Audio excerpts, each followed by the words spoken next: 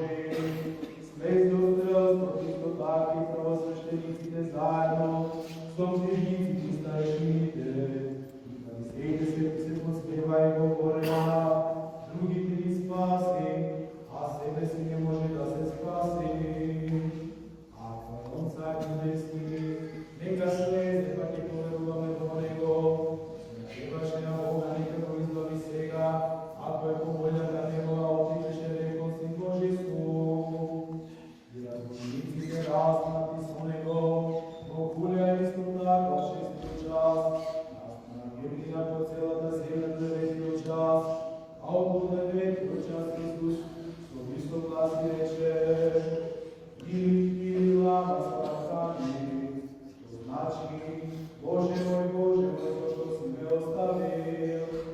А некои од оние што стоеја таму, кога го чуја тоа рекова, ова е го вика Илија.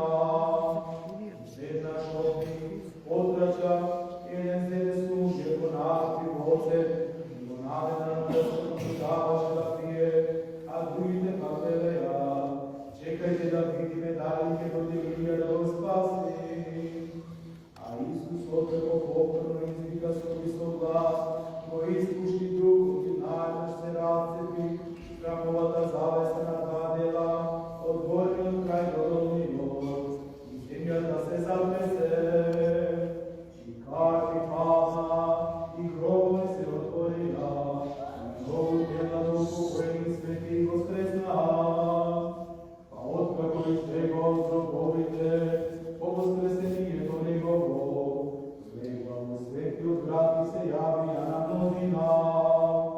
А началникот и оние што со него го чуваа Исусова, откако го видоа непријателствот и сепнува што стана, се уплаши од многу и говореа, навистина овој бил Син Божи. И идеше пето, јудејците за да не останат телата на крил во саботата, а сабота беше голем ден, го законија била да ги предржат колената и да ги сигнат. Кога дојдоа војниците и му ги прекршија колената на првиот, така и на вториот што беше распнат со него. И кога дојдоа до Исуса и го видоа дека веќе беше умрет, му ги прекршија колената, но еден од војниците со копје му ги прободе раква, и најднаш истече крв и вода. Тој го средочи, виде се рочното му е вистинство, и знае дека кажува истина, за да поверувате вие. Оти ова стана за да се исполни писмото, колка негова нема да се стрпи. Другото Боже, и помеда за онako пробува. Ако беа изгледал мајката луѓеви, то врвете со Галилеја и Јудеја. Библија Марија Магдалина и Марија мајка на Јакова, Јосија и мајката на Забедеите синови. А кога се стегни, дојде еден богач човек, кога и Матеја по име Јосиф, кој исто така беше рученик на Исуса.